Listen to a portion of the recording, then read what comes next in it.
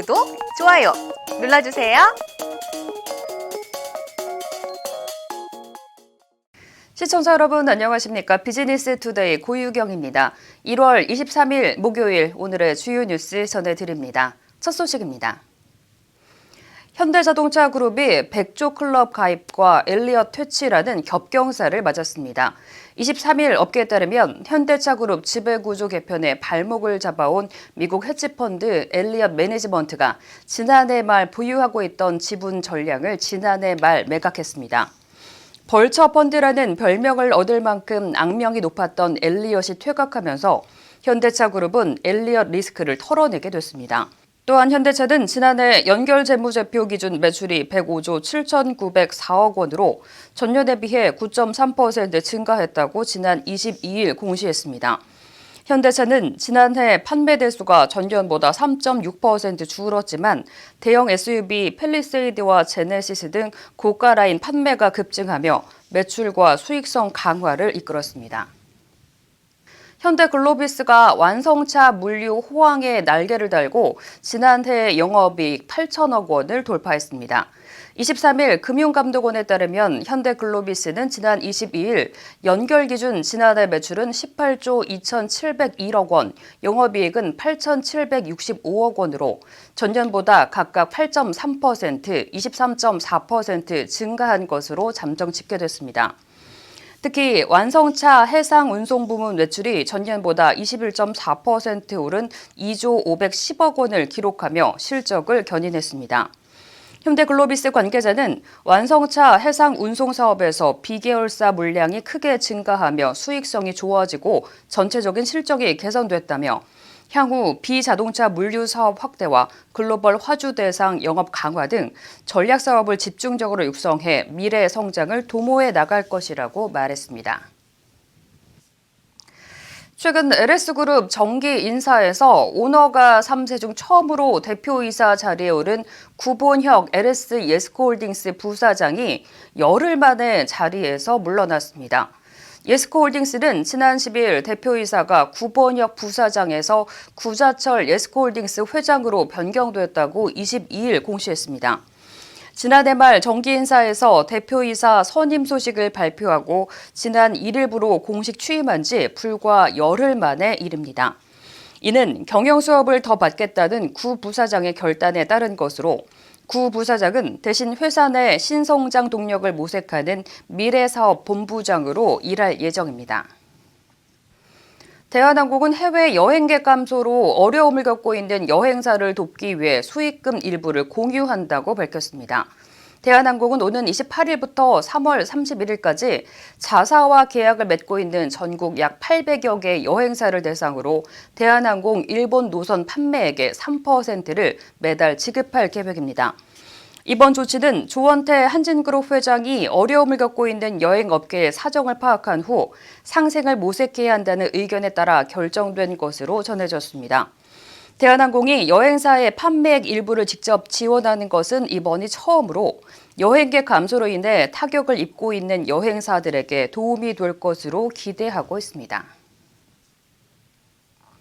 파업과 생산 차질을 빚고 있는 르노 삼성 자동차가 직장 폐쇄를 잠정 철회하고 다음 달 7일까지 노사 간 평화 기간을 갖기로 했습니다. 이에 따라 오늘은 주간 통합 근무만 한 뒤 설 연휴가 끝나는 29일부터는 주야간 2교대로 정상 근무에 들어갈 예정입니다. 이와 함께 노사는 협상 준비 관련 실무 회의를 거쳐 2월 4일부터 7일까지 2019년 임금 및 단체 협약 협상 집중 교섭을 갖기로 합의했습니다. 앞서 르노 삼성차 노사는 지난해 9월부터 2019년 임단협 협상을 벌였으나 기본급 인상을 둘러싸고 이견을 좁히지 못해 파업과 직장 폐쇄 등으로 갈등을 빚어왔습니다. 현대차가 전국 14개 대학에 정비교육용 차량 교보제를 지원했다고 밝혔습니다.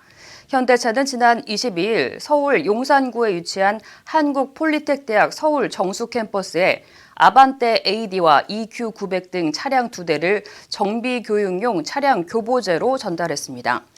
특히 미래 자동차 인재들의 전문적 정비 기술 역량 강화를 위해 주행 보조와 편의, 안전사항 등 다양한 신기술이 탑재된 차량을 정비 교육용 교보제로 선정했습니다.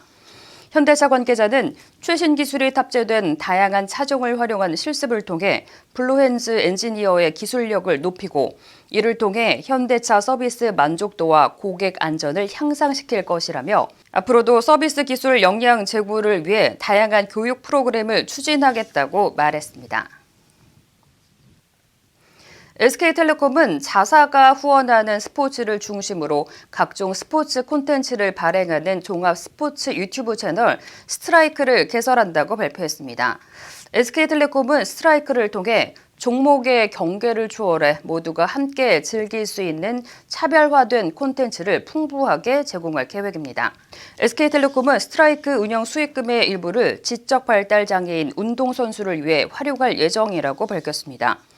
한편 SK텔레콤은 SNS 이벤트를 통해 손흥민 선수 소속팀의 경기를 직접 관람할 기회도 제공할 계획입니다.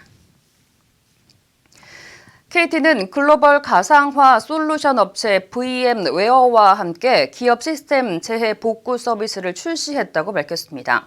이 서비스는 기업의 중요 IT 시스템을 클라우드로 보호하는 기술로 KT는 과거 재해복구 기능을 구성하기 위해 원격 재해 시스템을 자체 구축하고 운영해야 했지만 이 서비스를 이용하면 기존 시스템과 동일한 플랫폼을 활용할 수 있어 간편하고 안전하다고 설명했습니다. KT 클라우드 사업 담당 김주성 상무는 재해복구 상품 출시로 재해복구 서비스 도입에 어려움이 있었던 기업 고객들에게 구축 편의성과 비용 효율성을 제공할 것이라고 말했습니다. 현대자동차가 인도 신차 품질 조사에서 차급별 최우수상을 휩쓸며 품질 경쟁력을 입증했다고 밝혔습니다. 글로벌 시장 조사 업체 JD 파워가 발표한 2019 인도 신차 품질 조사에 따르면 총 7개 차급에서 품질을 평가한 결과 5개 차급에서 현대차가 1위를 차지했습니다. 특히 베뉴는 지난해 인도 시장에서 7만여 대가 팔리며 현대차의 인도 전체 실적을 견인했고 최근에는 인도 올해의 차에 선정되기도 했습니다. 현대차 관계자는 최근 인도 자동차 산업이 침체된 가운데 신차 품질 조사에서 우수한 평가를 받은 것은 의미가 크다며 앞으로도 지속적인 품질 향상 활동을 통해 인도 고객들에게 더욱 신뢰를 얻을 수 있도록 노력할 것이라고 말했습니다. 이상으로 오늘 비즈니스 투데이를 마칩니다. 시청해주신 여러분 감사합니다.